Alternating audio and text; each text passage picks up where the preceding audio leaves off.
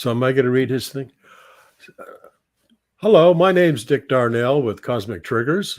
I'm a 32nd degree Freemason and will be sharing information from that perspective amongst what Jimmy Paine is about.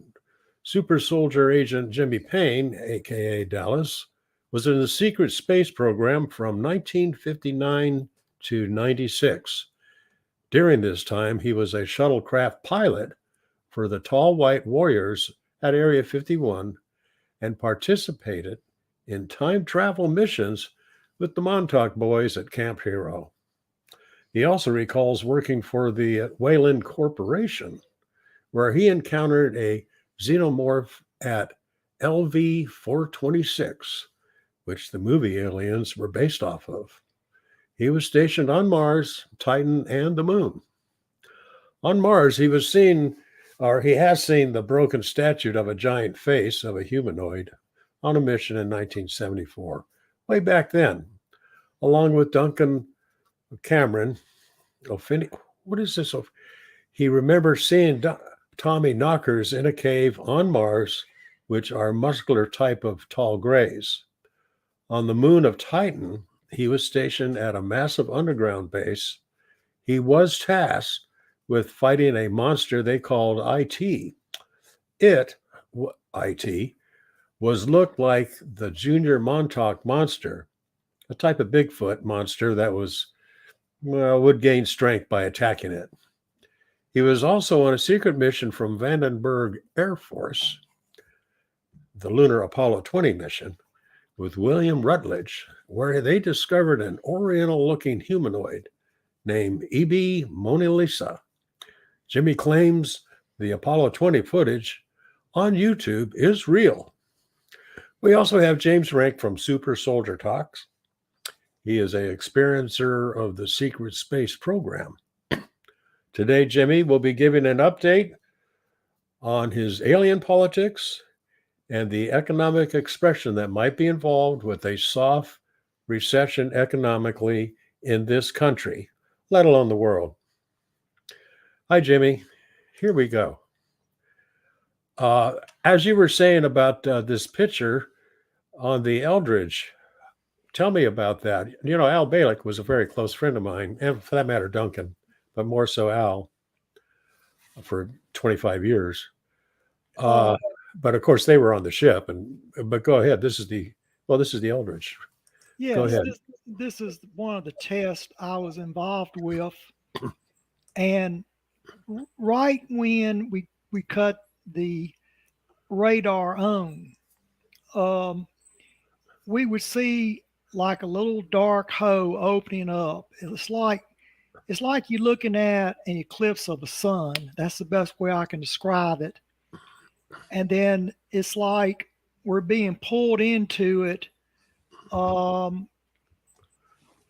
except you don't feel any wind pulling you. It's just kind of a gravitational pull. And then you enter the black hole into hyperspace. But that was taken on the Eldridge, and I'm on the deck when I saw it opened up there. Were you standing side by side with Tesla, Einstein, and the crew, Oppenheimer, all that? They were in the front. The picture's taken by me. Oh, I see. I'm the one taking the picture. So did you actually go on a time travel mission back in time to take this photo? No, he's on the ship. Yeah, I'm on the ship photographing it as we go into the hole. I'm the one holding the camera. Is that the hole? Yes.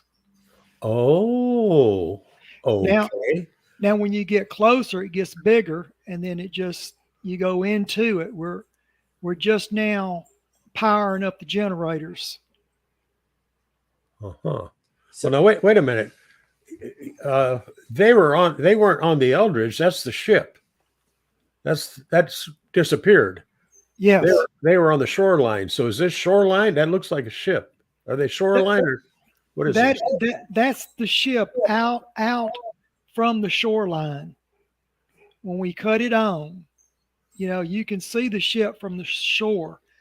And then as we power up the generators. We go into the hoe, and we go into the hoe. That's when the ship becomes invisible. But they're standing not on the ship, but on the shoreline, right? No, no. There's people right below that black spot. You just can't really see them because it's kind of far off. I haven't magnified that picture up yet. But there's a winch in front. There's a winch there, and behind the winch, well, in front of the winch, there's about 4 or 5 guys at the very front of the ship, forward section of the ship, and they're looking at the hoe as we go into it. I'm standing behind that winch there with the camera. But are you on the ship or on the shore? I'm on the ship. I'm Okay. I'm physically on the ship Okay. now, but the ship itself is adjacent to the shoreline. Oh, I thought it was a little bit of water between the port points. It is. We're out in the bay there. I see. So Duncan, Alexander, and Al are inside the control room per se. Just There are different parts of the ship. Mhm. Lieutenant Alexander Cameron is on the fort section with a couple of his officers on the fort section there. Uh-huh. And Al is I don't know where Al's at.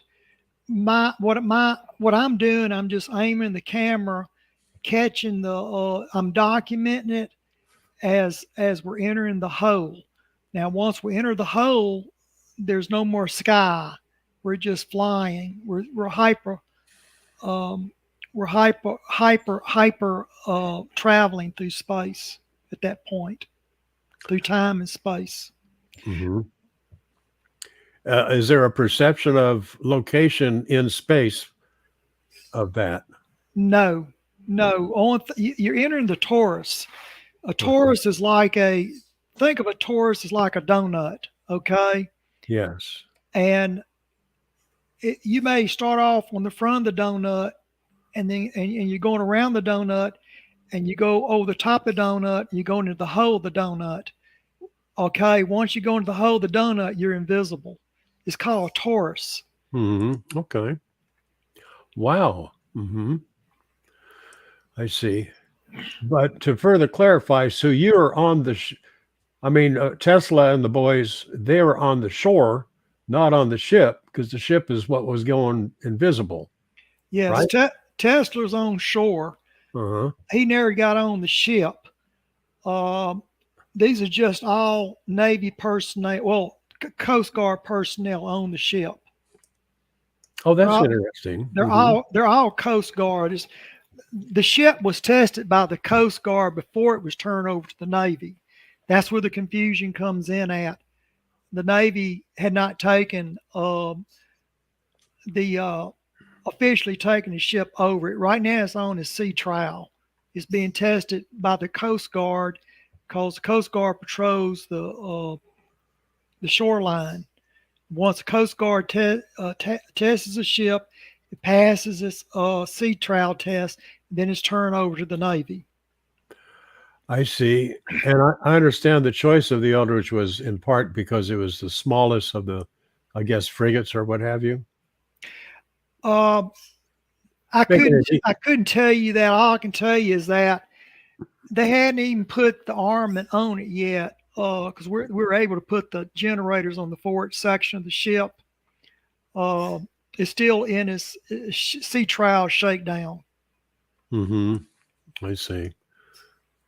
Well, that's that was tasteful. I have a question. So, Jimmy, when you take this picture that you see in your avatar here, where was the Eldridge actually located on planet Earth?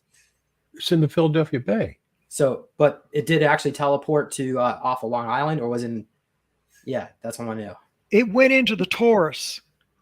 So into the nothing. So we see it looks like the ocean around there. So you could still see the ocean when you were in the torus. That's the first part of the going. When you first crank your generators up, the generators hadn't reached full power yet. They're starting them up. It's a massive thing. when you start putting your generators, the more power you generate, the larger the hole gets.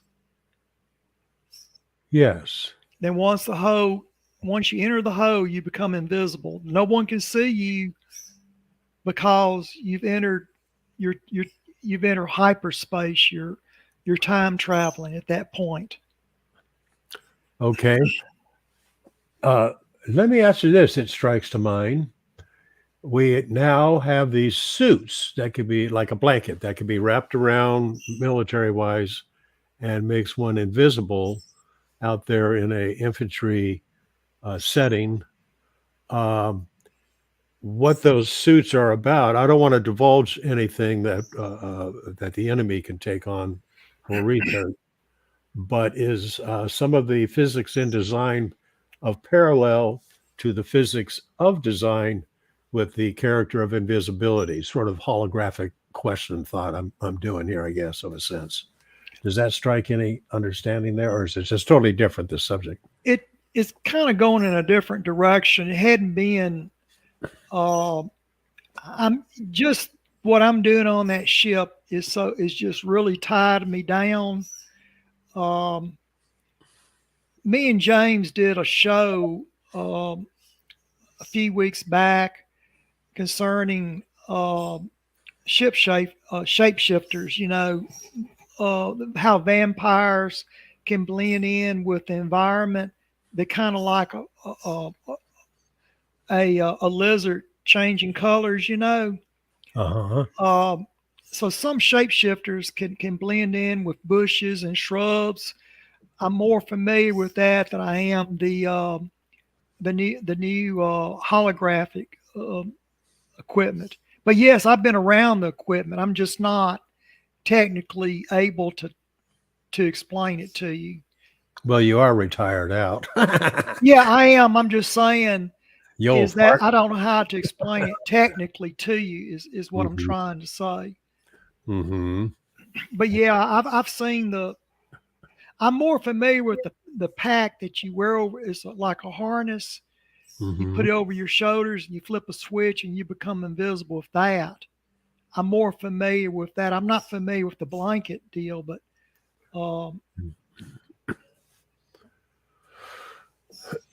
Okay, this photo here, again, these are sailors we're looking at. That's not Tesla and them because they're on the shore. They're not on the ship.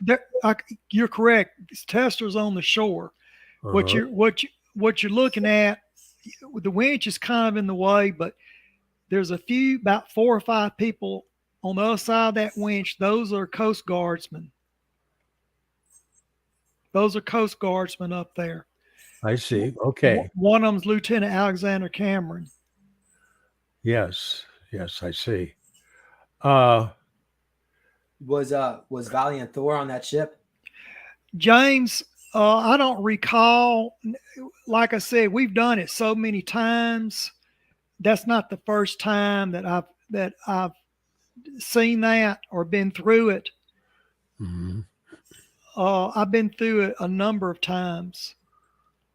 Some people can take the micro radiation from the equipment. Not everybody can take that type of radiation, microwave radiation. I'm one of the few that can take it. What level of that? Because I've been around that some myself. And it hasn't hurt me, but I've been around it. Well, it'd be just like if you got in front of a microwave cell tower. Okay, Mm-hmm. you can do it, but if you go and you see there's a sign that says do not, it'll say restricted area, do not enter. There'll be a sign up. It's like 15 feet or something, I think, isn't it? Well, it's more than that, but they usually put these cell towers in certain areas, and they don't want people going around them because it gives off microwave radiation. Mm-hmm. Now, back when that was going on, the radiations were much more higher. Now they've lowered it down where it doesn't affect you as much. Well, that's good. That's good. Tweaking the design. Well, okay, if we may, the subject of current cosmic politics that might be of application now, in that I have always heard, because of the royalty that the humanoid Homo sapien individual is as a creation of God, of which all aliens in their own terminology and perception of a creator are parallel to our own, for those that are deep enough to to be there with it all. Uh, is there any dynamics that come to mind of the current cosmic politic that you would like to express on, as far as them being of a watchful nature and not us getting to, it's like Trump said, don't say the N word to Putin. Um, is there any perceptivity of stupid that might be involved with some of the players that could push their respective buttons stupidly? And or if there are, is there a position in place to switch off nuclear those nuclear bombs or missiles if they're of a certain size? I can see if it's like an A bomb thing, like a general Hiroshima thing, where they would allow that to take place to startle uh, uh, the whole subject. But like thermonuclear, I can see where they would switch those machines off, those bombs off, because they are so devastating. What reflections of that do you have that comes to mind?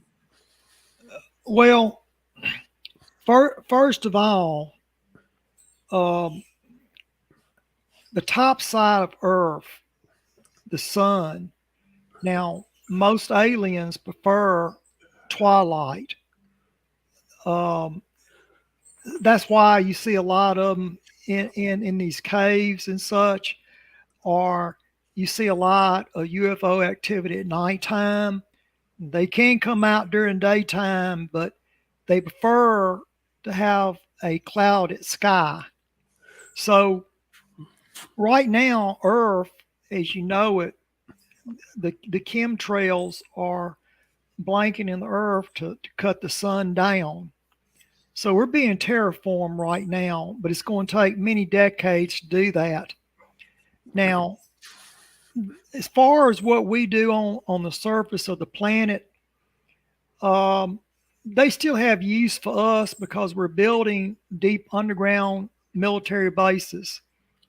And the more that we build, the more better for them. But at some point, you know, we're going to end up having a nuclear exchange once they're satisfied with the amount of underground space there is. Then they have no more use for us. So as far as a nuclear bomb going off, um, it's kind of like this. Um, there's too many people on Earth. Okay, Mm-hmm. they want to lower the number. Mm-hmm. Wait, Jimmy, who's they? Well, you have humans running with some of these aliens, okay, or extraterrestrials. You have Satanists running with them, okay, and all this that you're hearing about, all this environmental stuff about saving the trees and the rivers and such, and Rex 84 about not 15-minute cities. You know, we're coming to a point where there will be a nuclear exchange. Now, I don't believe we're going to have one right off, at least after 2027. After 2027, the contracts with the tall whites expires. Now, whether that contract is renewed or not, I don't know.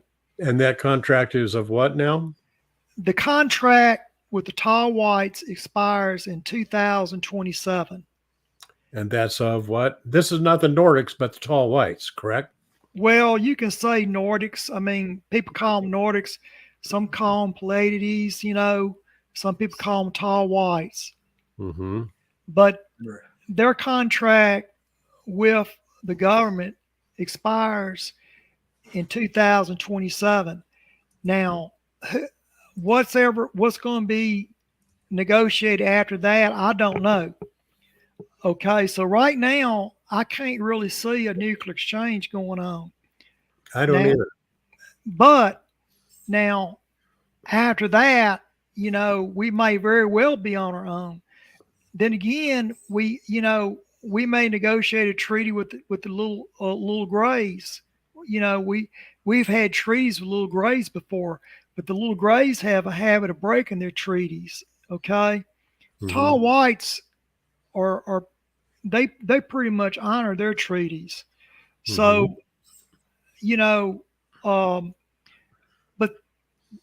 but getting back, if we do have a nuclear war after 2027, then it benefits these reptilians because, see, they can't take the light, they can't take the sunlight, and once we use up all of our nuclear weapons, we're defenseless as far as external attacks, coming from off world. Okay. Well, I mean, it would only take 52 to wipe out the planet, whoever blew them off. But at the same time, you're referring to some of these nuclear shots of ours going after some like alien ships or something, some bad guy ships. No, What are you talking about? What I'm saying, we got some echo going on, James. Okay, I'll mute ourselves while you're talking. All right, might be you may have a speaker up too close to the computer there. Repeat yourself one more time. Repeat the question one more time. Well, the question is, you referred to use of nuclear shots. It would only take 52 to take the planet out, which is, of course, not good. At the same time, I mean, like America alone has got 5,600 or whatever nuclear bombs, but shooting this into space at certain bad guy aliens, is there that much out there to be shot at? I mean, well, first, we don't have hypersonic missiles, so whatever shot up in space won't never hit the target. None of our nuclear missiles are supersonic. Okay. Now, as far as 52 nuclear weapons, I have to disagree. I say far less than that, because if one nuclear weapon, one or two, was to hit the North Pole or the South Pole, we lose we contaminate all the fresh water in the North and South Poles. Then if you take another nuclear missile and you hit the tar sands up in Canada, once those tar sands gets to burning, you have nuclear oil fire going on. And that once that radioactive oil gets up into the stratosphere, it circles the earth. It blocks out the sky. You can't put out that oil because there's hundreds of thousands of acres up there, square miles of it up there, all tundra. And then you have to look at, what if a nuclear bomb hit the San Andreas Fault or the New Madrid Fault? So it wouldn't take a whole lot. It wouldn't take 52. It could take probably less than about a half a dozen to do the job. I understand. I lost my thought. How about this? Somebody's out making a comment. The Greys are not supposed to be here. Somebody's saying, aren't the, I guess, nuclear weapons supposed to be disabled? Somebody say, false intel, the Greys are still abducting people.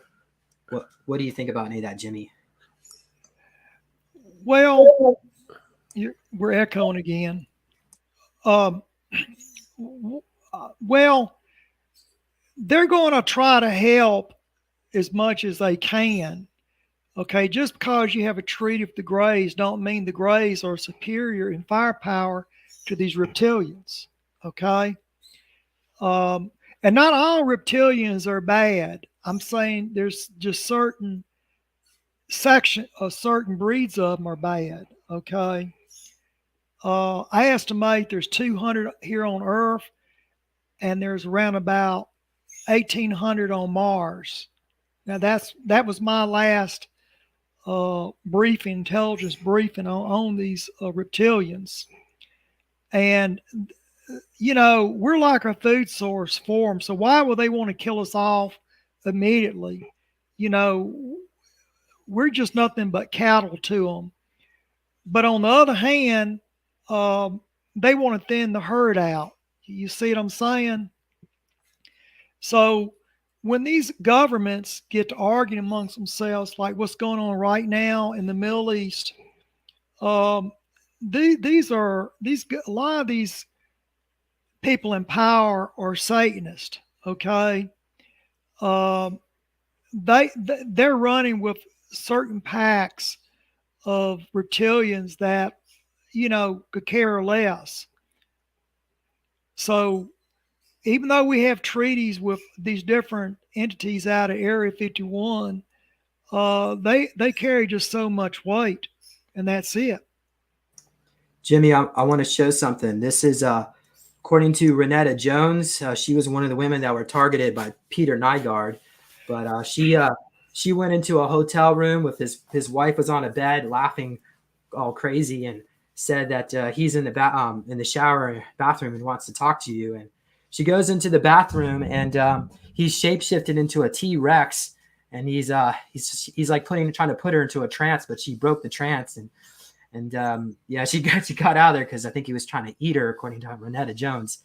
So and this guy has connections to somebody. I'm not even allowed to say the name because I had a video deleted, but he had an island somewhere in the Caribbean, and people were flown into that island. So you can kind of guess he supposedly didn't die in jail. But I'm gonna stop and go ahead and let Dick take over. I don't know about him, but they do shapeshift. Sometimes if you take a camera, an old camera, or in just certain cell phones, I can't really tell you what cell phone it is. Sometimes you can hold the camera up to the individual, and you can see their true form, and then you move the camera away, and then it looks normal. It's kind of like We Sleep, They Live movie, where the guy, Randy Piper, puts on the sunglasses and he sees things. In fact, I've wore those sunglasses before. Some people can see them and some people can't. But yeah, I believe she saw something. That's like a chronovisor, right? Those glasses. Well, there's some type of lens, James. They're able to these creatures vibrate at a different vibration than we do, and we're able to see it through the lens. Okay, just like you take a magnifying glass, you look through a magnifying glass and you can make things larger. Well, these lenses they're able to see through the true form of them. When I was given a pair of glasses like that from the Men in Black, but they gave me a migraine headache wearing them. You have a very bad migraine headache wearing them. But I was seeing creatures in my town just like that. I understand the older Sony handycams, the older ones, pre-2010, I believe, they have a capability of under low light, if you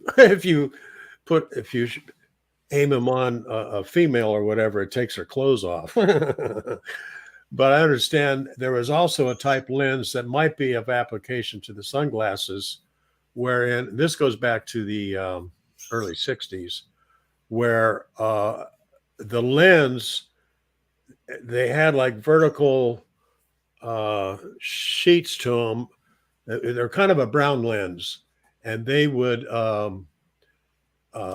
deflect the light where they could show what's really the image is beyond what the image is as seen when looking at them. I don't know if you ever heard of something like that. That was for some kind of a regular lens of for a camera, 35 millimeter at the time. Well, Al Bielek, he was taking pictures at Montauk, and he got home and he had to do a lecture, and he was uploading the pictures that he took, and he didn't even know it. He had a Bigfoot that showed up, and he didn't even see it when he had when he was filming, and there it was, and it startled him. And Preston Nichols also caught it. He was seeing people stepping in and out behind trees, and even he talked about, sometimes you couldn't see it with your own eye, but if you put up the camera or or a cell phone, you could see them. Yeah, I appreciate that. A friend of mine that recently died, he was a principal medicine man of the Cherokee Reservation, Will Lossy. And he had a photograph which got stolen that he showed me. And he was under hire for this guy, a medical doctor that lived in Webster next to the reservation, or Whittier next to the reservation, who hired Will to show him a Bigfoot. Because I know where like 6 or 7 live, whatever. So the point of being is Will took him and took a photograph of this one Bigfoot that was standing there. Check this out. It was standing there looking at him in the woods, a little meadow thing or something. And the Bigfoot standing there, and next to the Bigfoot was another Bigfoot that was stooping down, just crunching down, standing, but crunching down, that was half manifest. And then to the left of Will, or the standing Bigfoot, was a third Bigfoot that was cropped down, like on its knees, whatever, that was only a quarter manifest. And I thought, how fascinating, because it says several things about them, about their psychology, and about the physics of interdimensional physicality, and or the capability of being able to do that. That's in part why people it can be very difficult to find a Bigfoot, because they can puff.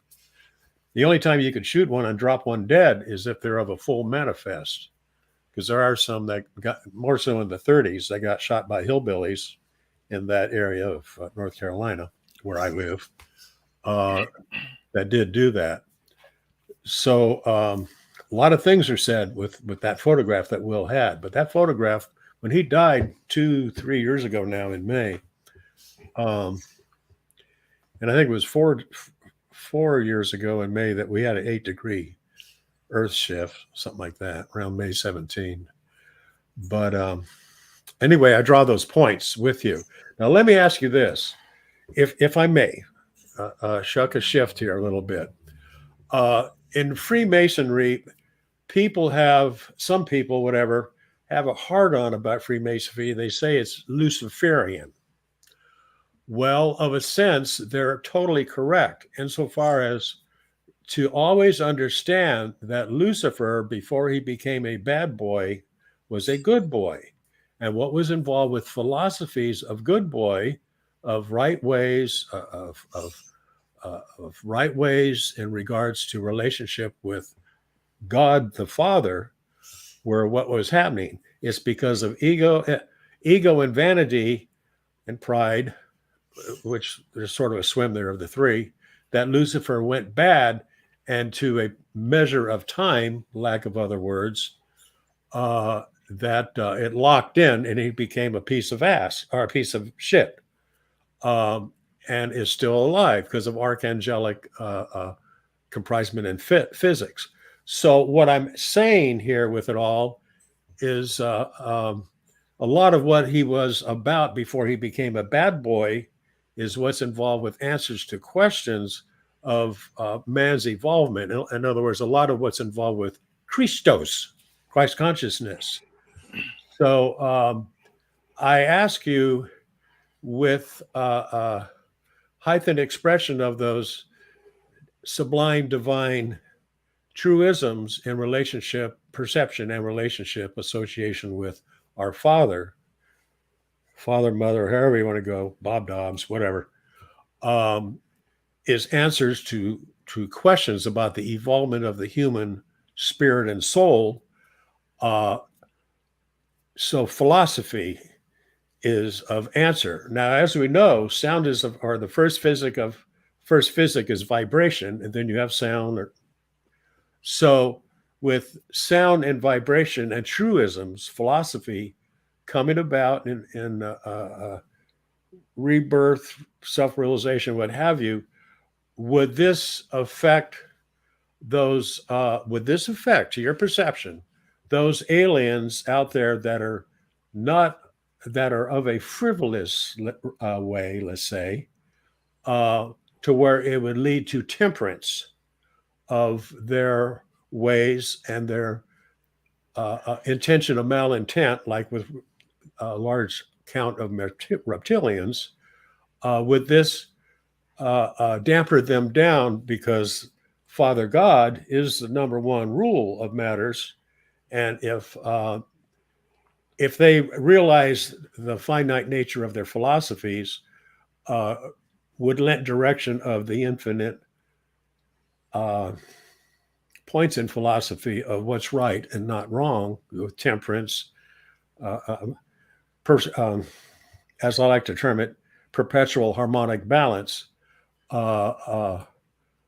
lend to healthiness with the few. In other words, would it save it all? The whole big picture come about, and people, because we as humans, we're about to go in space, and that's cool. Well, we're already in space. I know the bases on Moon and Mars and all that stuff, but as far as the regular level of mind of the population, would enhance healthiness of it all. So what's the question? Well, I think Jamie's got the question. Well, how do you feel about what I just said? Well, first of all, what we do on Earth doesn't really concern what they do off world. Okay. They're here for one thing, is for our resources, what we can give them. All right. So as far as religion is concerned, the little grays do not have a religion. They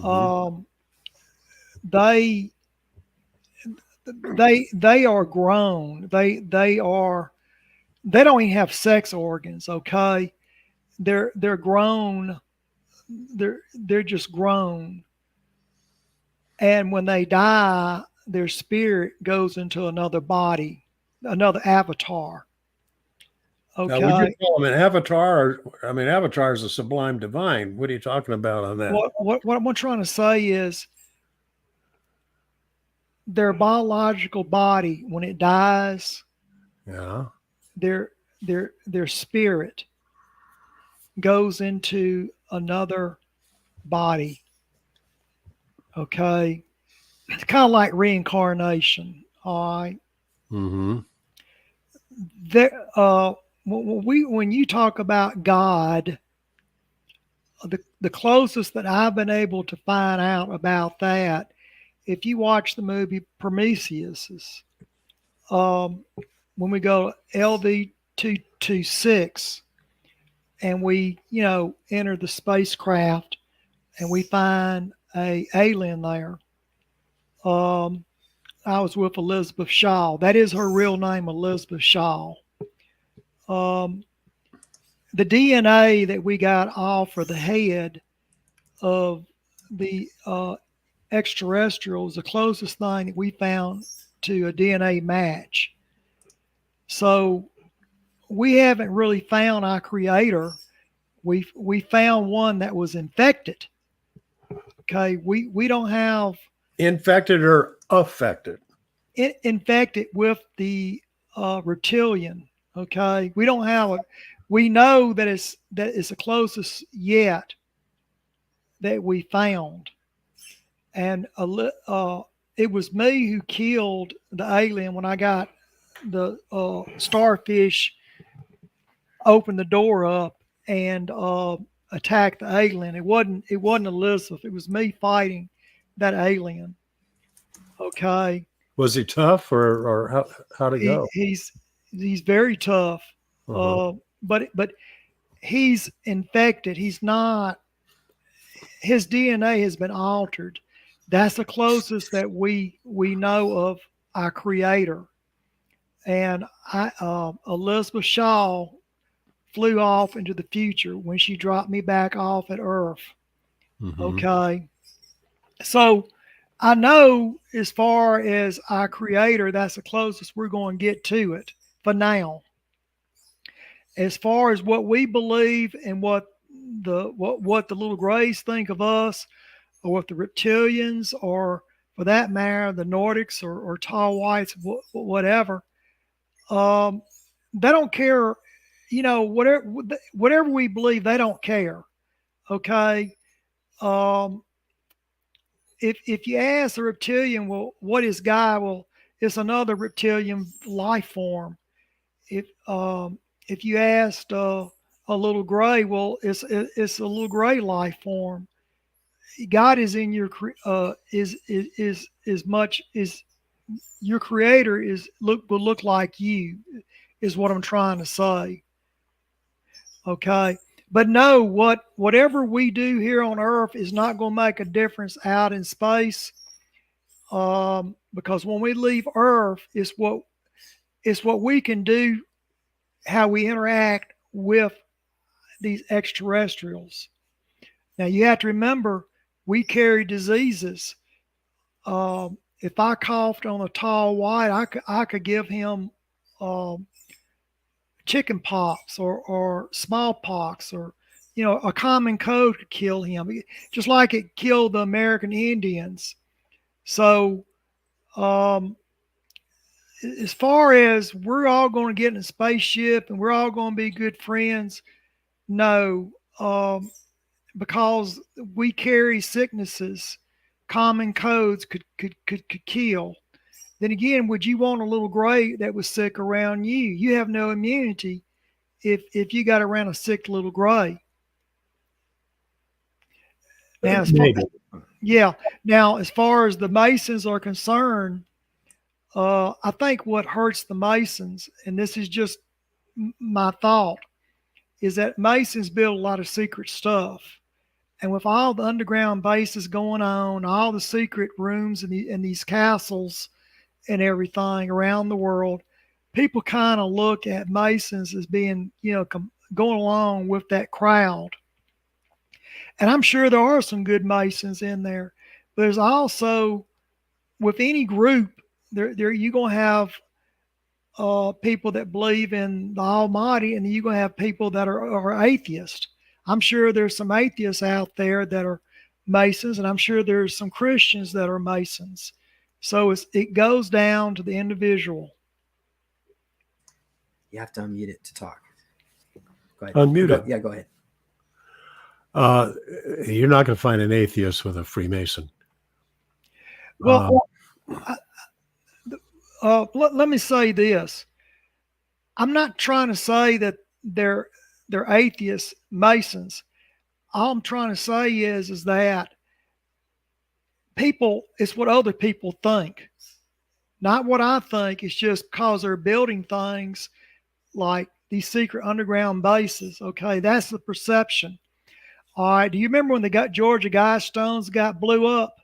Well, me and James Rink did a show on that, and I knew who built those stones. Those were the scientists from Area 51, and they knew the future. And they blew it up, but they said, well, that was that was Satanists that built those stones, and the New World Order, and then that was the farthest thing from the truth. Yeah, right here. Jesus. Now where do I go with it? It's your or a lot where he can hear you. No, don't do that. Don't do that. So go ahead, ask your question. Ask your question. I was one of the source points of the Georgia Guidestones. I knew Joe Finley. I was there when he received the drawings, and he was standing there looking at them. And he said, "I don't know who these folks are." And my perception was that they were Rosicrucian, climber Rosicrucians from Philadelphia, which are old esoterics, smart. And if they had an association, some of them with the Area 51 crowd, that's fine. But it wasn't some satanic thing or whatever. That's cornball. All of the precepts are highly accurate of what they philosophically connotated with the Guidestones. True, the very first one is the only one that freaked everybody out because ever since the planet is 11 times overpopulated. Nobody wants to think about that. But at the same time, it's a measurement of faith about the human spirit, which is inevitable, capably, and that it's too bad it happened. I'm going to find out who did that pretty soon. I can't say how, but I know how to do it. It was some hillbilly in a ratty down Crown Vic that drove around the circumference of that because it's on camera, and threw a bomb over and blew off one of the standing stones, and they had to tear the whole thing down. Well, they did tear the whole thing down, but because it was still standing, Joe did a good job building them, but it could have been repaired. But as you said, referred to, it was torn down entirely. As far as the Area 51 crowd, I'm not so sure about that. They have more important things to think about than those Georgia Guidestones. Well, I was a They security. even took out the time capsule, which was in the ground. And they were about to pull that anyways. It was a 25-year time capsule. They even dug that out. That was stupid. It just had generic stuff in there. No big deal. Okay. First of all, I was a security guard there when it was dedicated. I came out of Area 51. So I was on site when it was dedicated, when they pulled the plastic down off the side of it. And I can tell you for a fact, it was the scientist from Area 51, the paperclip scientist that had gotten owed. And the doctor that contacted the banker when von Braun had cancer, that doctor that contacted the banker was doing von Braun's cancer treatment. That was his cancer doctor. I knew that. I knew von Braun. So as far as Rosicrucian, you're correct about it. But you have to remember there's Rosicrucian groups all over the country. So I don't know about the one in Pennsylvania. I do know that Rosicrucian, that a lot of the scientists there believed in it. The Climber group, which is the original 1776, it's old Eastern establishment money, and a lot of the members, except for young ones that might be in there now, it's the most sophisticated Rosicrucian order, to my understanding, out of the Philadelphia group. I was there at the opening also. In fact, me and Nani Batchelor were honored as being representatives of Atlanta. And to share with you, Congressman Doug Bernard of the 10th District did the keynote speech. And to this day, of all the speeches I've ever heard, and great speeches, so on and so forth, in my life experience, that was the best one. So after the occasion took place of opening, I phoned him. I was able to get a hold of him, and I said, "Man, did you write that, or how did?"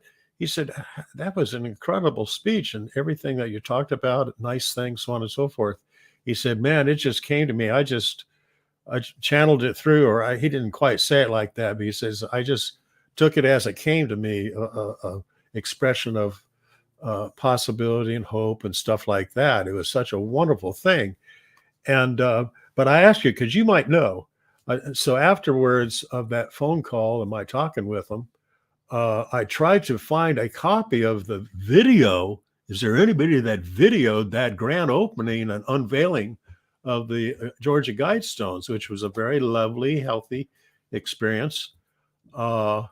It's kind of funny when Nani and I were honored. We looked at each other like, well, okay.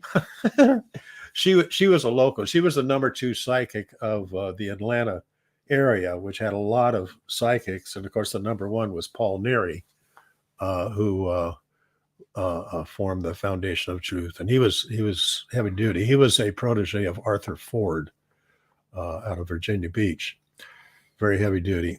He once did a reading on me. He couldn't come out of the reading. He went into channel. He couldn't come out. It was the only time. I forget what he said, but here I am.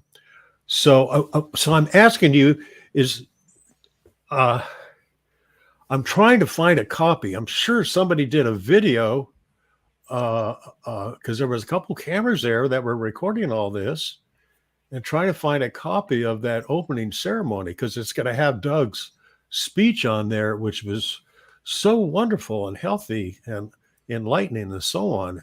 It was very nice. Do you know anybody that had a camera that did a thing there that might have a copy? I walked. You got your mic on. When I was doing security there, I saw a few people that had cameras, but I don't remember a video camera. I'm sure they were. I just know that when I was at Area 51, when they said they asked for security, so I was there when it was dedicated. But let me say something about the time capsule, because that, as far as I know, has not been opened yet. What's in that time capsule was put there because we're going to have a nuclear war, and what was learned from Camp Hero during the time jumps, we recorded a bunch of stuff and we put it into the canister. Okay, so those are future events, and what's happened is when these nuclear bombs go off, the world goes kind of into a nervous breakdown. Society has a nervous breakdown, and it's words of spiritual faithfulness. It's words of spiritualness that's wrote down to give the guidance to the survivors. So I don't think it'd be wise to open the time capsule, because it could affect the timeline. But I can definitely tell you that it's loaded with information derived from the Camp Hero. The time jumps is what's in there, and it's telling what the future is going to be like. It'd be just like if someone looking at Nostradamus. Okay, we're telling the future events, but we have to go through this nuclear war, and then once that nuclear war has happened, then someone's going to go out there, because there's no power in the world. Everything is knocked down. People are starving. You got cannibalism everywhere. The population is going to get down to about 145 million. It's going to stabilize, and it's going to build back up to about 500 million, and that's where it's going to hold. But there'll be no superpowers. There won't be no United States. There won't be no China. There won't be no Russia. There won't be any countries left. Okay, so this nuclear war is unwinnable. It takes us all down. Uh, well, I'm more of a hopeful character. Uh, it's like I said to this guy Green when he was, I forget his first name. He was a principal with the Federal Reserve and hung out with Ted Kennedy. And they were talking about some bad ways of the Federal Reserve to act. But then Ted Kennedy wanted to have his way with Green's 15-year-old daughter at the time. And that's when Green backed out and got out of there. And I told Green when he was telling me all this, he was saying, "Oh, it's hopeless. They're going to do us. They're going to enrapture the dollar on everybody and so forth." And I told him, I said, "Look, philosophy is going to handle the issue if it can be brought forward, if it can be realized and hope expressed. Because aspects of what's involved with love, there's a lot of physics with all that, which is what I'm involved with as an adept of Freemasonry, anyways, or an adept in general, I guess. So I'm appreciating what you're referring to, how what's in that canister, and I do remember that canister thing. There was a couple other things too that was thrown in the pot, but I didn't know what was in the canister. So I appreciate you telling me on that one. Also, ask about the canister at the Denver airport. You said there was a connection with opening it up and contacting the progenitor race. Remember, Jimmy? I'm more familiar with the canister or the time capsule underneath the Georgia Guidestones. Now, what's at the Denver airport is there's an underground military base that goes underneath it, and I believe that the Tall Whites may have interest in that because there's sections down there that are built with some pretty high toilets. So, I mean, when you go up to a urinal and it's up to your chest, that kind of tells you something, But the Denver airport is a good example of the Masons when they build stuff. And I'm not criticizing the Masons, but maybe the Masons didn't know it when they built that airport. There was going to be an underground military base there. It's very well that they could have been digging, Area 51 could have been digging underneath, and the Masons on top never even knew it. But it does have an underground military base. Go ahead. Yes. I'm wondering where there's supposed to be some side doors that blend into the walls where one can go into one of them. Not that I'd want to do that, because you got to think about, well, am I going to get out? But I'm not of that big an interest, People want to live in a hole. Good for them. They're in a hole. That's where I'm at with it. But at the same time, I don't know. At the same time, I think hope is still in place. It's just when the time of realization is supposed to be in place. That's all I can say on that. But I'm appreciating the body of points that you're drawing. So right now, cosmic politic wise, with the different alien groups that are here, as well as just floating around up in the sky, they're just of I guess, an observation level, what have you, because the human is a royal creation of the Creator. As healthy as they are, as close we are to the association and at one with the Creator as a point of reflection and thus glorifier of the Creator. So it's just a real dynamic time. Sure glad living in this country, that's where I'm at with it. And you're right. There's some very, very sad things taking place right now in the Mideast, and it's going to get, there's a definite house cleaning taking place. I'll put it that way.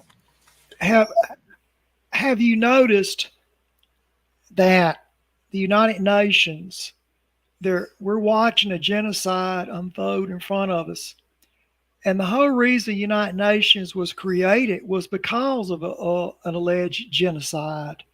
Yet they can't stop Israel, and the United States won't stop Israel. And so we're watching 2 million Palestinians being genocided. Okay. Now, what a lot of people don't understand is that Hamas has been infiltrated. The group that's really doing the damage is the Wahiki tribe. They infiltrated the Hamas. And the Wahiki tribe is the one that either kills you, you either convert to their religion or they kill you. But they're masquerading as the Hamas fighters. Okay. So they don't even know who they're fighting. Mm-hmm. Okay. So yeah, I mean, they don't care about the 2 million Palestinians. They're just caught up in it. One of the founding sons of Hamas has went on record of talking about it, that it was a Wahiki tribe that had infiltrated them. Okay. So with all the satellite data, we have the Russians, the Chinese, the United States. Nobody saw all that was going on in these other countries. Okay. And so what it is, the economy is falling, and they can't get it started. So we're going to have a war. There's no doubt we're going to have a war. And the thing of it is we our biggest problem is religion, because now Israel's going by their religion, and that is the most dangerous thing. We've gotten into more wars or seen more wars over religion than anything else. And but the United Nations created to stop wars, and if the United States really wanted to, they could load up they could load up planes and airdrop materials like they did the Berlin airlift, where we drop supplies in. We can send aircraft over there and drop supplies, but instead we play these little games with a couple of dozen trucks a day going across the ceasefire line. That's a bunch of baloney.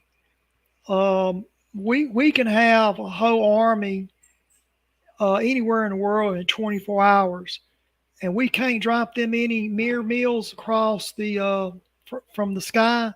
So the United States is see, if we get into a war, Biden we can freeze the elections, okay? Because he'd be considered a wartime president. And so we're not, forget about the elections. We're not going to have them. We're not going to have them. We're going to war. Correspondent. Well, that's kind of two separate things. The Wahiki tribe, I'm not familiar. Are they one of the nomad kind of tribes out of Saudi Arabia? Or because don't forget, 70 to 80, part of the reason of this so-called genocide calculation is 70 to 80% of the Palestinians voted in Hamas. The PLO factor, they were kind of up and running. They're running sloppy, but they were a operative government. And then the Hamas factor took place, and 70 to 80% of the population voted them in. That's why the big whack has taken place. Well let me. It's probably Wahhabi. Mike, the Wahhabi. Okay. Let me say this: you elected President Trump to be the president, but you see who's in office now. Well, now it's true that the Palestinians voted to put the Hamas into power, but one of the founders of Hamas, his son, is on record stating that they have been infiltrated. In other words, the Wahiki tribe went in there and infiltrated the Hamas party. Okay, so even though they're using the name Hamas, it's just it'd be just like a Democrat saying I'm a Republican. Okay, they're compromised. So even though these people are going on, they're saying, "Hey, we're the Hamas, and we got 200 people." That's misleading. It's really the Wahiki tribe that's infiltrated them. So they're not going to let those hostages go. Okay, and the founder, the son's founder, is on record stating that. Go ahead. I watched an interview of that young man. He was very enlightening. He's a very nice young man. He's very very healthy interview, and he was talking about how Hamas was. His father is one of the principal organizers of it. I don't remember him referring to a intervention of the Wahikis, but just that things went haywire, and here we are with it. But he was saying, I mean, it's possible. There's a lot of good Palestinians. It's true, but at the same time, I've always understood that they're kind of the low rung of the gene pool as far as the Arab world. Notice how a lot of the Arab countries, they ain't jumping in to help them. They've known about this for a long time, about how the Palestinians could be hot bloods and go haywire. Well, I know what I said is controversial, but it's true. Now, going back to the United States Congress, we have all those congressmen sitting up there, and no one is saying, well, hey, these innocent civilians are being slaughtered. Let's go on and drop in some water. Okay, so that tells me a lot. It tells me a lot when a man dresses up in a woman's clothes and becomes the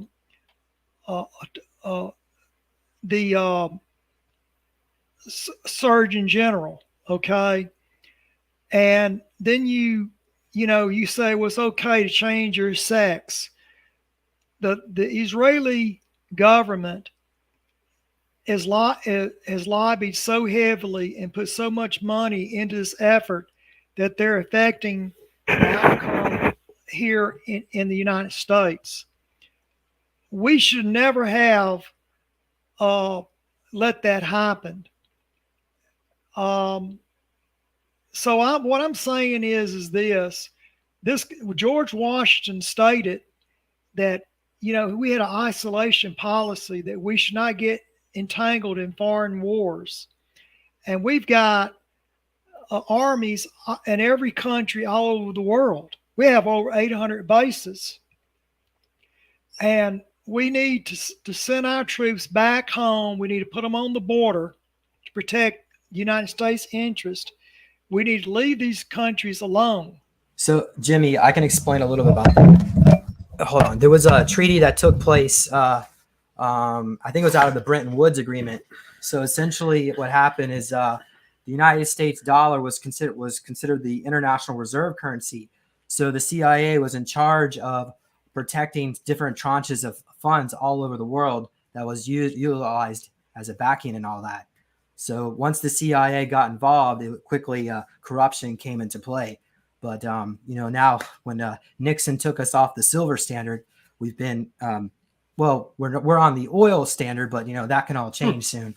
So essentially, yeah, that's partly why the United States is so international for military.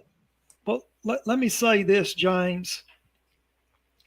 Right now, the world is getting ready to go to BRICS, okay? Pretty soon, when those ships pull up off the West Coast, they're not going to unload their cargo until we bring out some gold and silver. All right, our money is worthless. over 100 countries already signed up for this new BRICS. And so our money, we're getting ready to have a lot of hyperinflation. You may end up paying right now in New York, they want $18 for a Big Mac hamburger. Okay, what happens when milk goes up $25 a gallon or a loaf of bread $30 a loaf? We've had it pretty easy here for many years, for many generations, but that's all coming to an end. And we're not going to go hungry. We can grow our own food. We have our own oil. What I'm trying to say is that we are going to have to do with less. All of our manufacturing is overseas, and we're not going to rebuild our factories overnight because we're going to have a nuclear exchange. Okay, let's face it. There's too many people on Earth. And when this happens, you're going to expect at least a quarter of the population to vanish overnight, at least a quarter on day one. And as I said, our money, who respects us anymore? Look at the Surgeon General wearing a dress. I mean, my God, look at your schools. Look at your churches, James. You can't even have an honest election anymore. So it's time that we fall. We need to go back to a republic. That is, each state needs to go back as sovereign here. And I want to say this. It's very well known to me that the timeline has been altered at Camp Hero, that the South did win the war, and that they went back and they started tinkering around and they changed it back to the North won the war. And so this government, our United States government, is illegitimate. There should be a Confederate States of America. There is not. That's why you have the Mandela effect. You have all these people running around, giving these different timelines, particularly the people who's been in a time traveling programs are all suffering the Mandela effect. So the course of our timeline is altered, and it doesn't end very well. Yeah, what's the Mandela effect? What is that per se? I don't understand. When Nelson Mandela was in prison, he died. Some people remember it. All right, I remember that we had a time jump on we did the Oceanic and the Titanic. And the Oceanic got hit on the side. A British warship bumped into it and damaged the side of the Oceanic steamship. Well, the Oceanic and the Titanic were very similar, and they parked them at the dock, and we went in there and we took the dishes, we dumped the dishes in the sea, we moved the dishes over from the Titanic onto Oceanic, repainted the name, and it was the Oceanic that sunk, not the Titanic. But if you go in and you say Titanic conspiracy, you got people saying, well, one ship had black primer, one ship had red primer. Why does this ship here have a different color primer than the Titanic? So the Titanic never sunk. It was just renamed Oceanic. Can you explain, what was the connection with J.P. Morgan, White Star Line, and the owners of the Federal Reserve? Supposedly they were trying to kill their opponents. Do you know anything about that, Jimmy? When I was at Camp Hero, while I was in the control room, and one of the guys was sitting at his desk. He was reading a book, Wreck of the Titan, and the supervisor looked over at him and says, "What are you reading?" He told him, and he said, and the guy that was reading the book looked up and he said, "Well, you know, my grandfather bought stock in the White Star Line, and we lost everything we had, and because it went bankrupt because of um, the rudder hitting the side of the ship." And the supervisor said, "Huh, what's in the cargo hold?"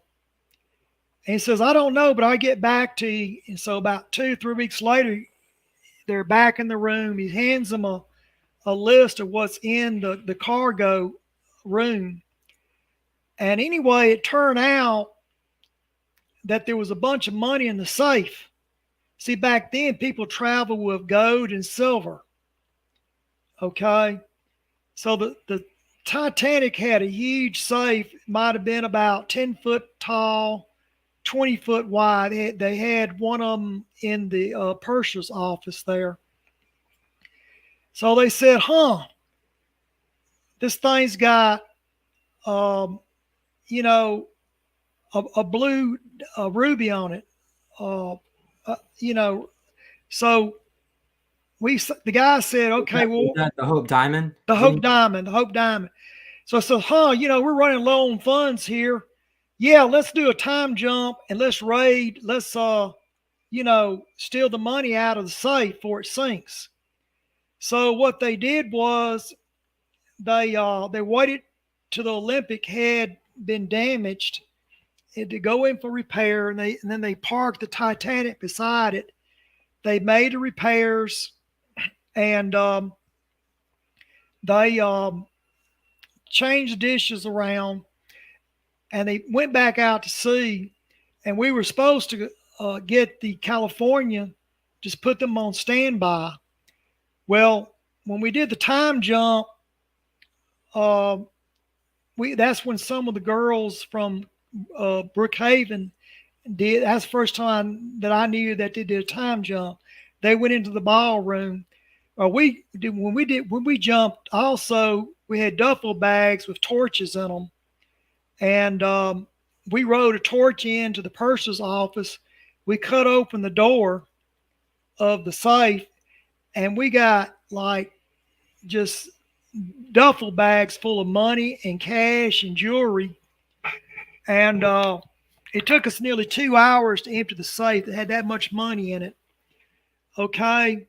Well, when we did the time jump back on to Camp Hero, we lost power for about 2 hours. Just right after we got back, we lost power. And then by the time they got the power back up, the Titanic, the Oceanic sunk. And but that was because we had generator problems at Camp Hero. That was not supposed to happen. And that's when I started, you know, my views towards the time jump started to change, because, you know, all those people dying, and it wasn't planned that way. They were supposed to get off onto the Californian, but because we had generator trouble, that's when I, you know, started, you know, having thoughts about myself. I said, "Damn, this thing's been," that happened in 1912, and that was like 67, you know, years after, you know. It blew my mind. Well, Jimmy, so just to recap, so the survivors of the Titanic / Olympic were supposed, on the original timeline, were supposed to be on the Californian, were rescued. And I guess the gold was also supposed to be rescued. Is that correct? Is that what you're saying? James, we looted the safe. We got the Hope Diamond out. It was sold to an Arab in the Middle East. I'm not sure if it was Kathy O'Brien that wore the diamond, or it was Arizona Wilder that wore the diamond. I believe it was Arizona Wilder. Right. But Yeah, that's right. we robbed it. And, the only thing you got to do is type in Titanic conspiracy. And I mean, the whole web is just filled with why did the ship supposed to have black primer is now red, and the one that has red primer is now black. See, although they were both painted the same, but they both had different primers, different color primers. So Jimmy, are you saying that it was actually the portal technology actually what's caused the ship to sink and not iceberg because the generators went down? Is that what you're saying? We had one man that went into the bow of the ship. When it was repaired, they had a valve. They had about three or four valves put in the bottom of the ship, like a fire hydrant valve, kind of like that. And see, what happened was when they repaired the ship, there's 4 or 5 massive I-beams on the bottom of the ship. That's the back of the ship. You have to have a strong bed before you can build a ship. When the British warship hit the side of the Oceanic, it broke one of the I-beams. And then they made an attempt to repair it, to rivet it and put a plate on it. But when they would rev up the motor, it would shake the rivets off of the plate. So they replated it and put a bracket in there, a brace in there, just long enough to get it out to sea where they could sink it. They did hit an iceberg, but it wasn't damaged. What happened was when they stopped the ship, some of the guys from Camp Hero went into the bow and they opened up the valves down there. I saw them open the valves up. I didn't open the valves up. I saw them open the valves up. And I went up there, went back. You say that again? To the torches came in where we cut the safe open.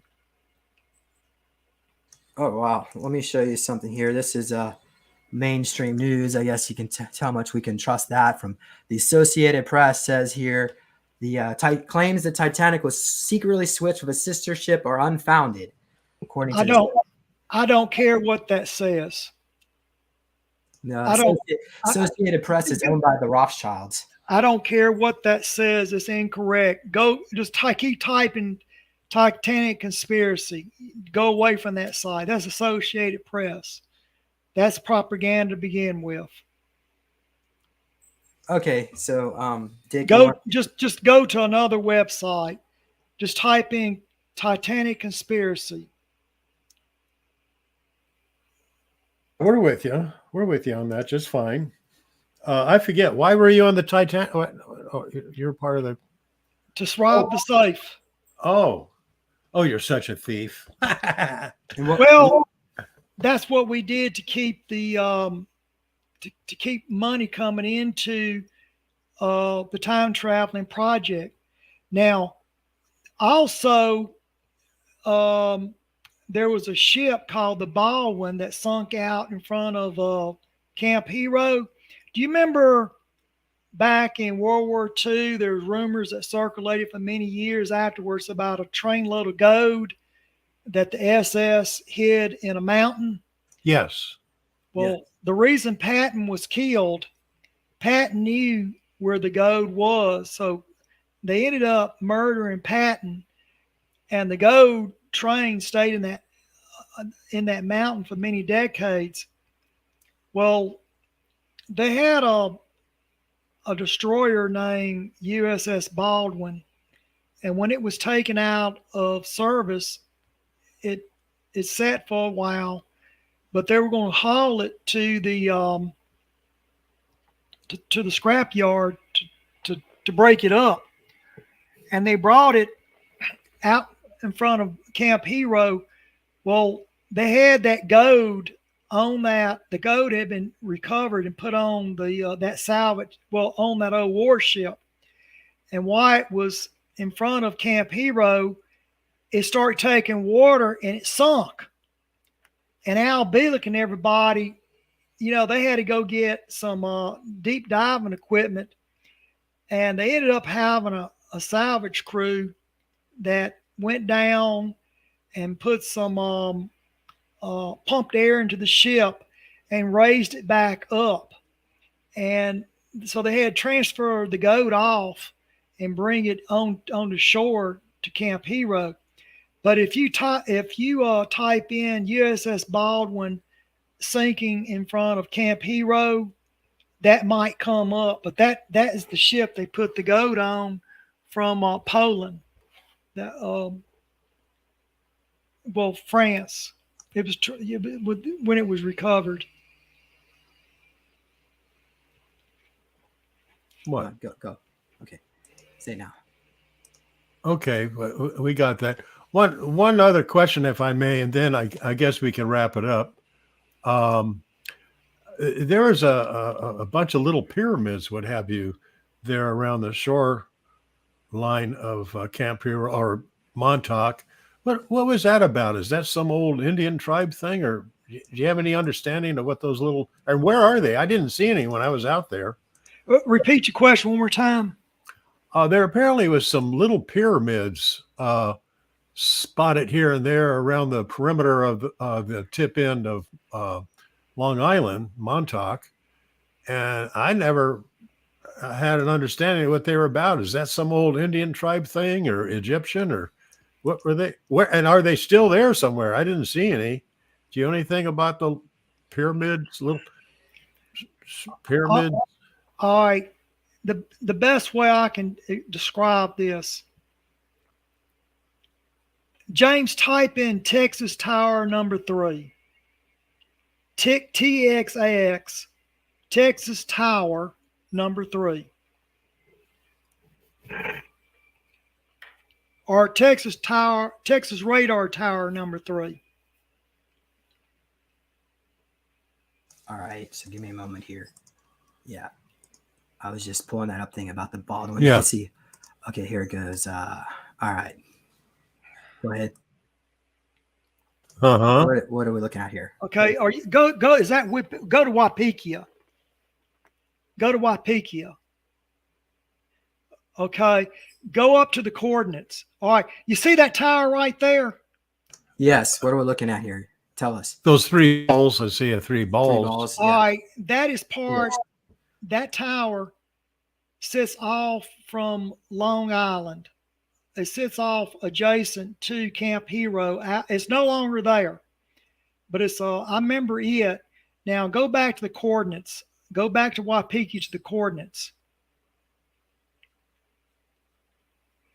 It's going to get it's okay. Go down that further one. Go down Long Island.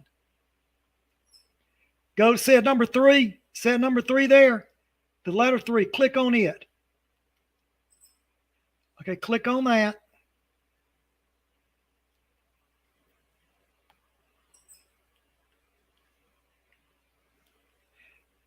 Click on satellite. Where? Okay, hold on. Go to Google satellite. You mean Google Maps? No, don't do that. Go down. Okay. No, yeah. Google satellite. Satellite, yeah, satellite. Okay, I'm gonna get this eventually. All right. Back out because you're too close. Okay. A little more. Back out a little more. So it's far from Montauk. All right. When between that, no, back out. Okay, sorry. Back out. Back out a little more. All right. Well, not that far out.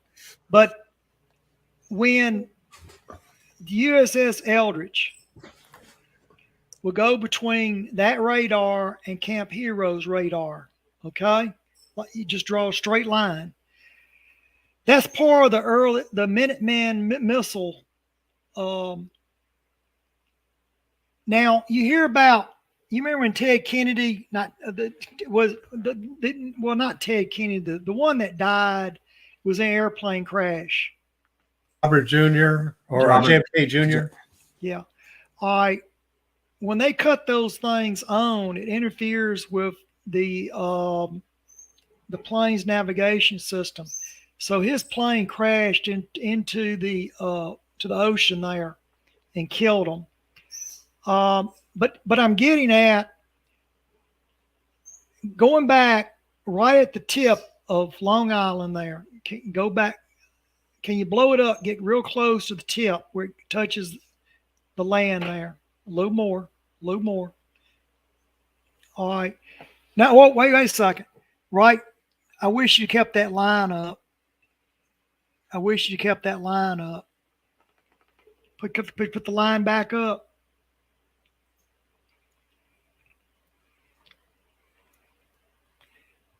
Give me a moment here. Yeah. Give me a moment. We're gonna go back. Sorry, I was trying to get it out of the way because I thought it was in our way. Okay. Okay, so Get a look. like that. Don't move it. Okay. You moved it. You picked it up and you pulled it. Yeah. You want it like there? Wherever it was. I want it wherever it was. Like that. Okay, no. Okay. Right there. All right. Don't look. Go to the very corner of a little closer. Line it up. Line 2 dots up. Don't Line 2. James, go back to the coast.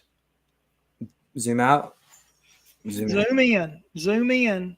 Okay. Now just make a straight line to the coastline. Okay, right up in there. You keep moving it. I want to make like you take a ruler and draw and touch the island. You want this? You want to bring it out over here? Yeah, if that's where you want to bring it. Okay. All right. You remember when Al Bielek,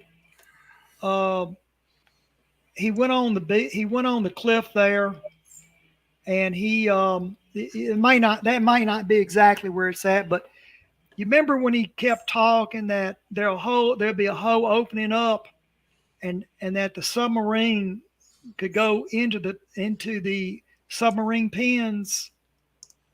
Did he ever tell you about the submarine pens at Montauk? No, I don't know. Is that under Lake Montauk?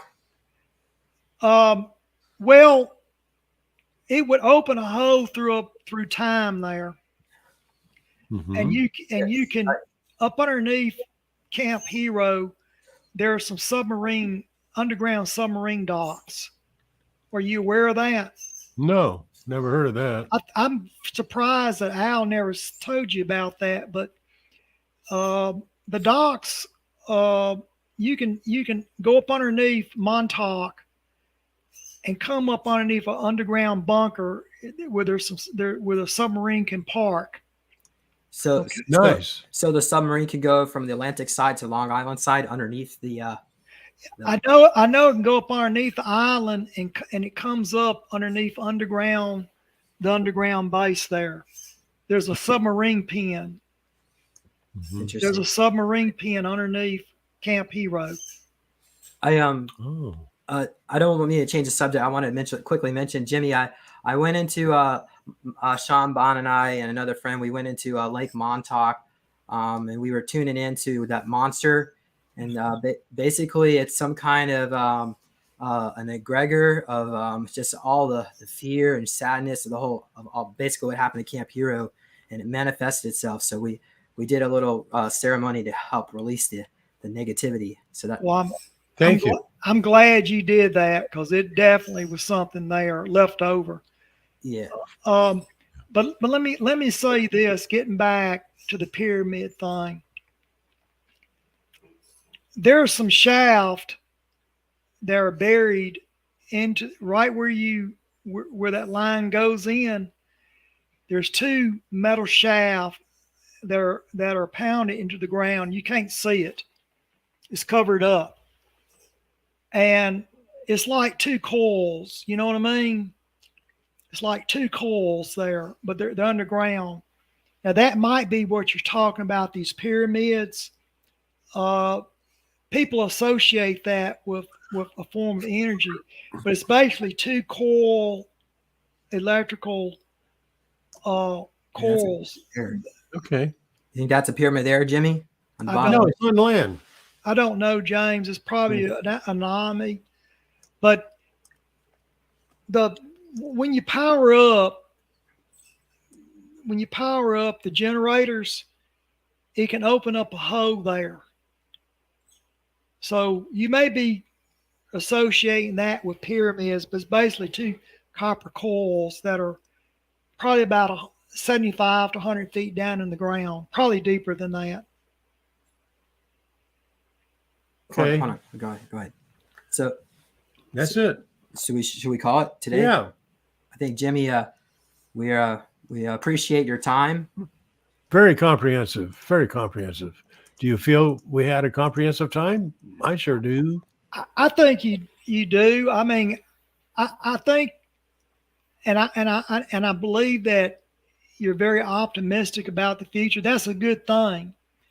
But on the other hand, you have to remember we're full with a planet with a lot of negativity. Okay, and these reptilians have been breeding since the Second World War, and what they're doing, they're going to thin the herd out. Okay, and they're using these Satanists to help do it.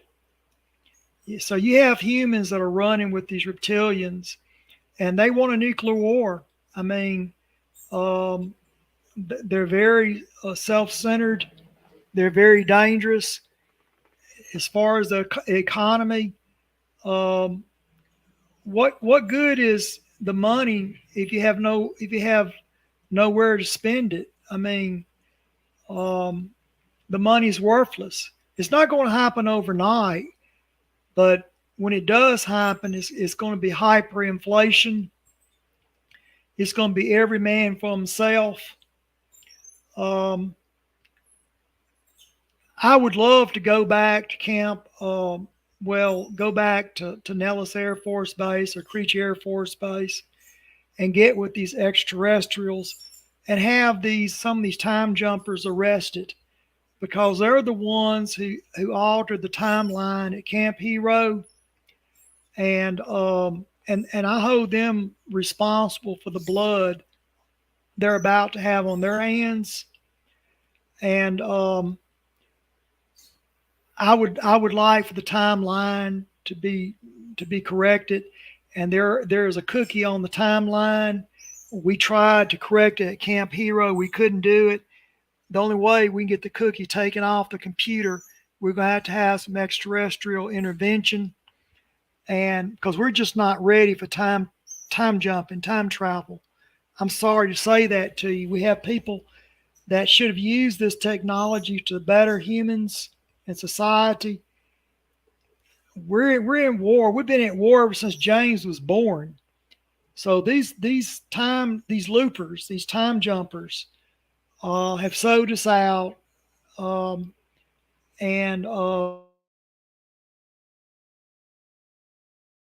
That is a. that Yeah. crowd. Mm-hmm. Jimmy, can you quickly comment? And I guess we need to wrap up. Is Trump secretly the son of General Patton? I don't know, James. What I'm going to say is this: the whole United States government is illegal. Okay, we're trying to shore up something that is the timeline's unstable, and it doesn't end very well for us. And I honestly believe that Undo it. Say, ask the question.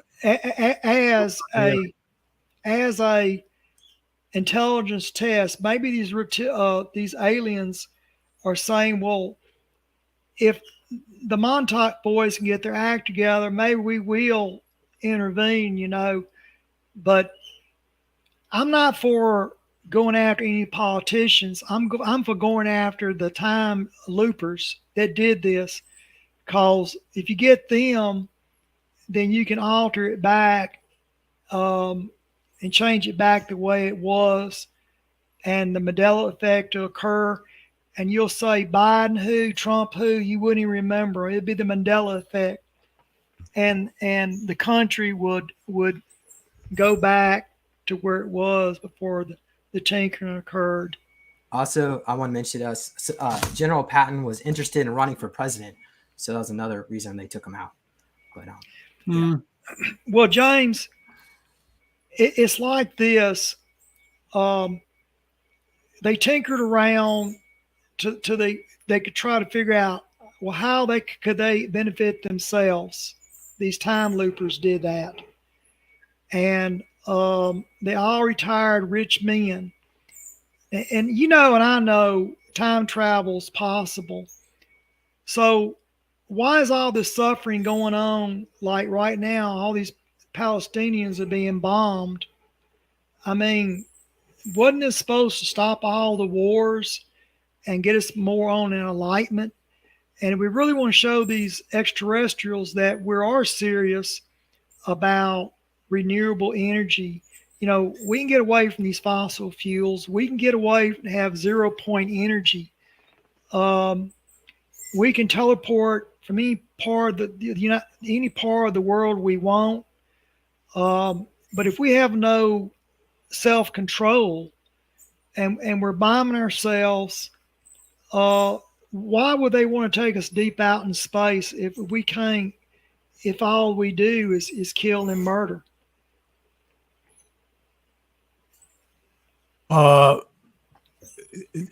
of the tall whites, I saw one there at Contact in the Desert, as I think I referred to earlier. I'm not sure. They're very childlike in their ways, and it's where I wonder about their character of maturity. I say that in a positive way. Can they be instrumental in handling some of these bad crowd that you're referring to?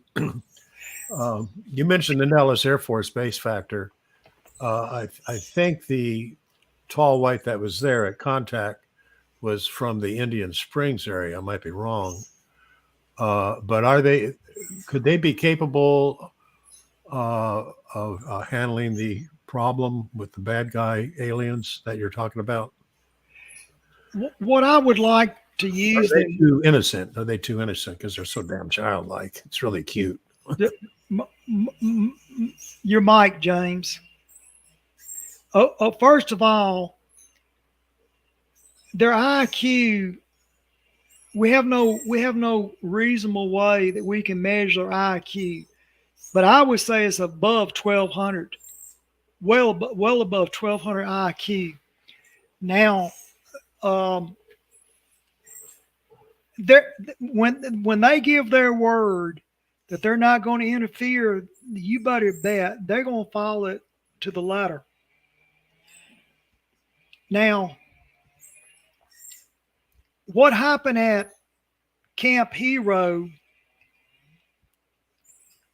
is when they signed the contract with the Air Force, what Camp Hero did was outside of what the Air Force contract called for. Okay? What I'm talking about is not using them to solve the Air Force's problem. What I want to use the tall whites or either little grays for, or any other extraterrestrials out there, I would like to use them to do one thing: to go back to Camp Hero, to debug the computer, to reset the computer where we don't interfere with time. We don't interfere with the timeline. Yeah. Keep it off. Hey, I don't. Why know. are you doing that? Why are you muting? Because we're getting feedback. Did you not hear him say? And you get feedback on me? I Jim. thought we fixed that. No, mic it again, James.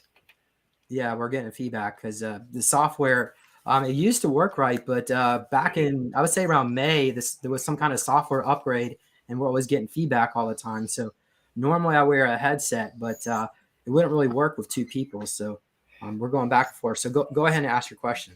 Where's the computer at Camp Hero that you're referring to be tweaked? It's in the main. You want to link? It's in the main room there. First of all, can you hear me? Yes, Yeah. where the radar is. Okay.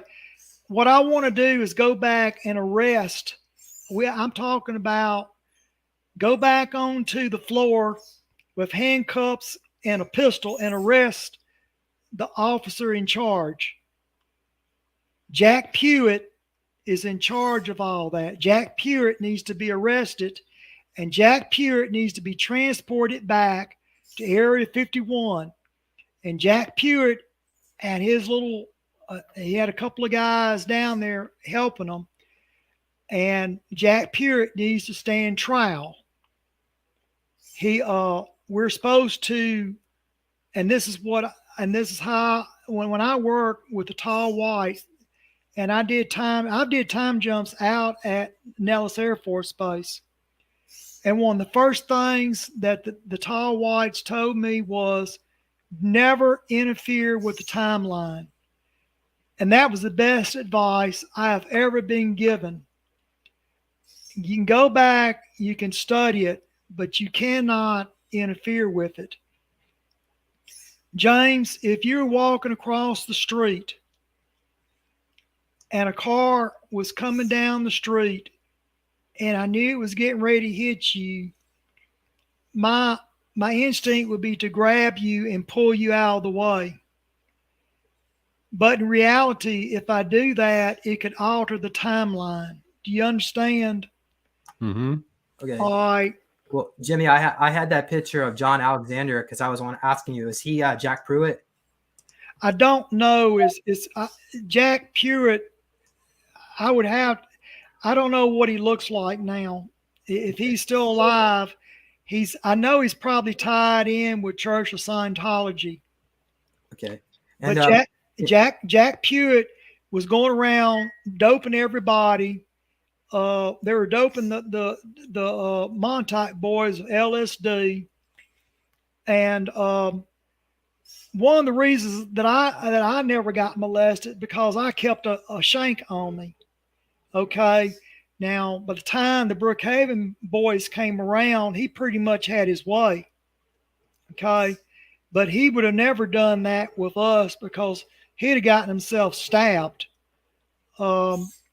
But Jack Pewitt needs to be arrested, and Jack Pewitt needs to be hauled down to Nellis Air Force Base, and he needs to stand trial because I'm going to tell you what's going to happen in the future.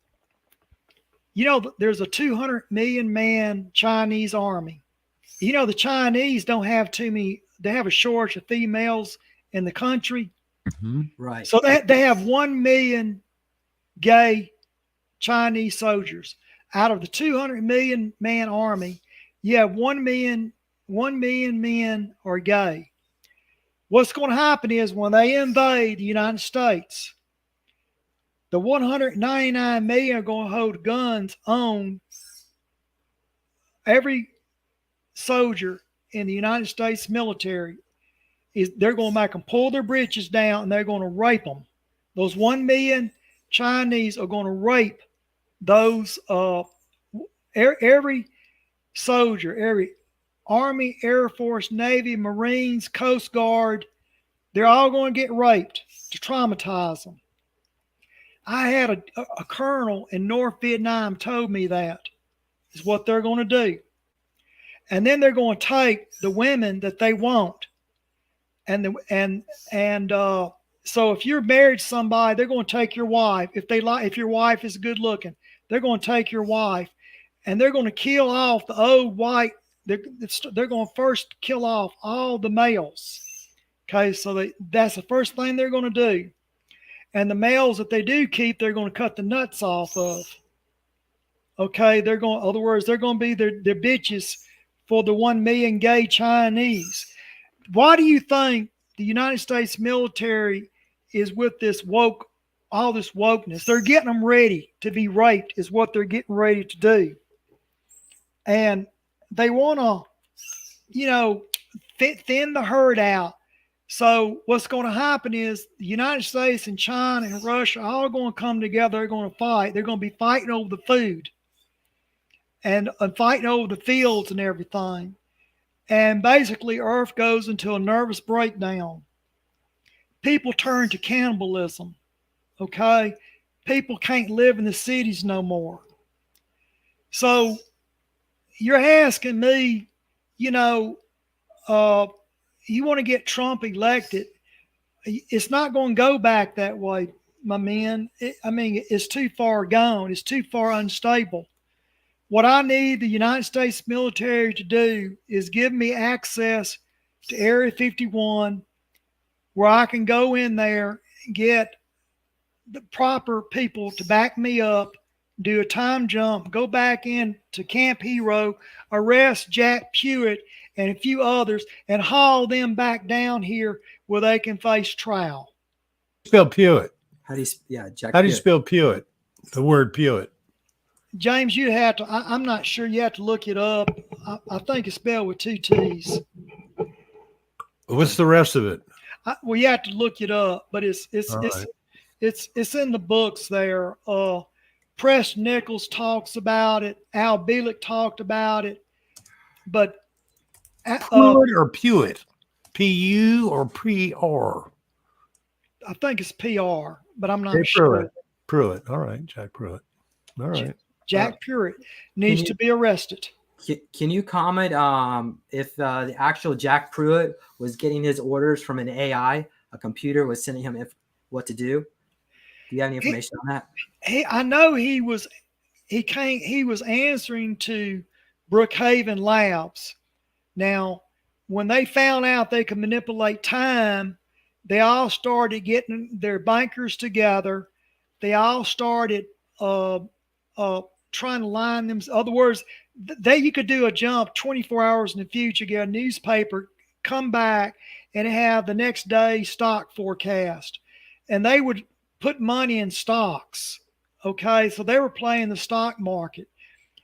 Now, what's happened lately is that you have a lot of Church of Scientology involved in this time travel stuff.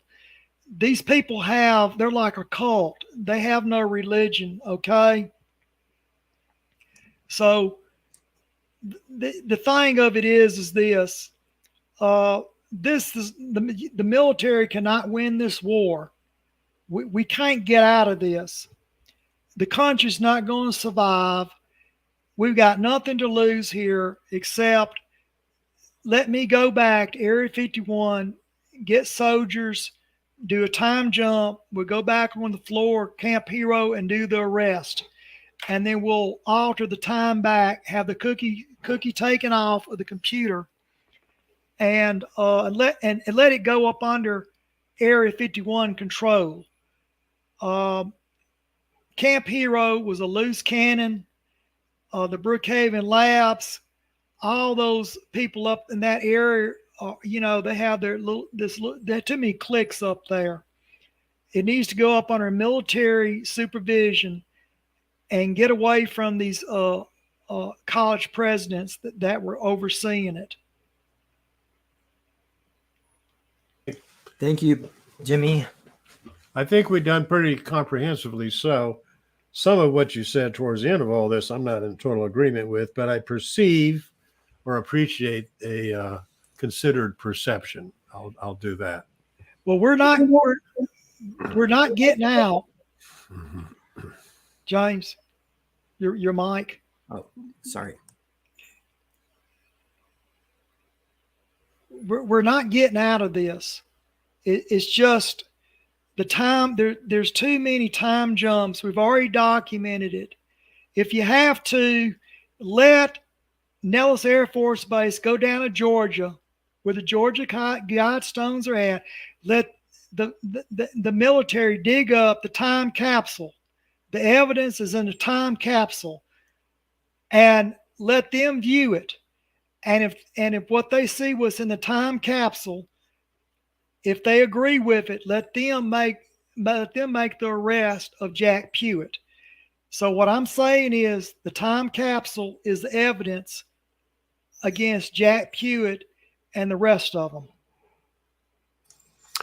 Okay, that possibly can be done. I'll be doing a travel to the Guidestone, to Elberton and the Guidestone area again right soon. I'm looking to do a series of narration of the different precepts there for my Facebook page sometime in the near future. Okay, well, thank you. This November 1, 2023. I think we covered some ground on several subjects, and I'm comfortable with it. How about you? Jimmy? Yeah, I'm comfortable. Amen. Well, let's pray it all evolves to the highest good. I'm in total faith. I have remedy. It's all no problem. Well, a measured problem. Thank you. We shall do again a next chapter beyond this November 1 of 2023 at 3 in the afternoon. Oh my God, it's 5 in the afternoon. Eastern. That's true too. So be sure to like and subscribe if you're actually watching this on the YouTube channel. I think you may have like 300 subscribers now. Oh, I do? Something like that. Yeah. Oh, okay. So, well, that's the way we're live streaming over there. I understand. Be sure to also go to my channel, preferably Rumble, Super Soldier Talk. I'm on, so you can check out my lives there on YouTube. I'm going to go. I'm on the backup channel because I'm another strike. It's like the 12th one I had so far. So yeah. Well, thank you. I appreciate Jimmy. Thank you for donating your time, and we'll see if we can. We might be doing another video soon too. Another update on the Return of the Living Dead. So on my channel. Go ahead. Oh, one other thing, Jimmy, come back onto my Facebook channel, whatever, sometime, and watch my interviews with Knox Robert Burnett, who is like my Masonic mentor. He's the one that actually came up for the internet. It's not that guy, Longerfeld or whatever. I've got to find out. Longerfeld got the idea from a meeting that he was at, which was like an NSA thing in the hot summer day, 1962 in Philadelphia. My buddy, my friend, at the end of that meeting, he's the one that came up with the idea of the internet, of which, if you watch my couple 3 interviews with him before he passed away, which was just 2.5 months later, that's why we did it. You'll catch the drift of what took place there. So sometime after this, check my other videos for your own doing. He was a great man. He did over 350 research projects for the government over 42 years of being with NSA. And he was a very, very great man, an incredible Freemason, incredible giant. But I guess it's last year that he passed. Okay. Thank you, Jimmy. See everybody later. Yep. Bye. Are you gone? Wait, hold on.